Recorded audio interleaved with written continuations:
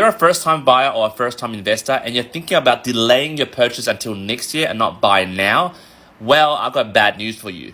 According to Domain's house and unit price forecast for FY25, this is the average expected increase for the financial year ending 2025 for the different locations you plan to buy in terms of houses. For example, for Sydney, there's a 6 to 8% expected increase. For example, if houses cost $1.6 million right now, you will expect a $98,000 increase when you buy it next year rather than buying it this year. And look at Melbourne, 0 to 2%. Brisbane, 6 to 8%. Perth, 8 to 10%. Adelaide, 7 to 9%. Canberra, 0 to 4%. Combined capital cities, there's an average increase of 4 to 7% if you were to buy next year. Also in regional New South Wales, there's an expected 3% increase, except for regional Victoria, because there's a mass exodus of landlords over there.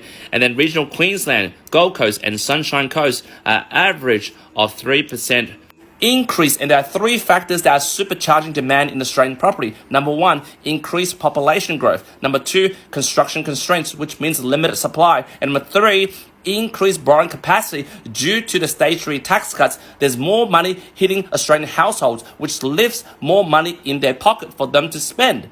To quote Dr. Nicola Powell, Domain's chief of economics, demand has risen as we have seen an increase in single-person households and a decrease in household size in general. Fewer people on average living in each household, both amplifying housing demand, further compounded by migration. Same thing for units if houses are not within your affordability range. For example, in Sydney, if you decide not to buy today and delay it next year, the same unit, for example, average unit of $804,000 would have increased to 4 to 6% to $838,000 to $855,000 by year ending FY25.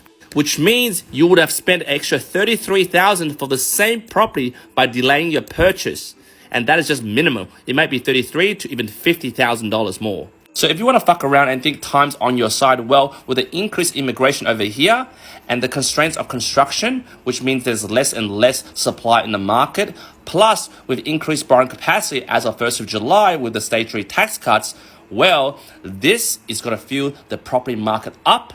And where you are right now, this is assuming you can buy that unit or that house right now, but you chose not to do so due to lifestyle reasons. Well, by the year ending FY25, which means you decide to buy next year, for the same price, would have increased by this much to get the same bloody property. Is that really worth it?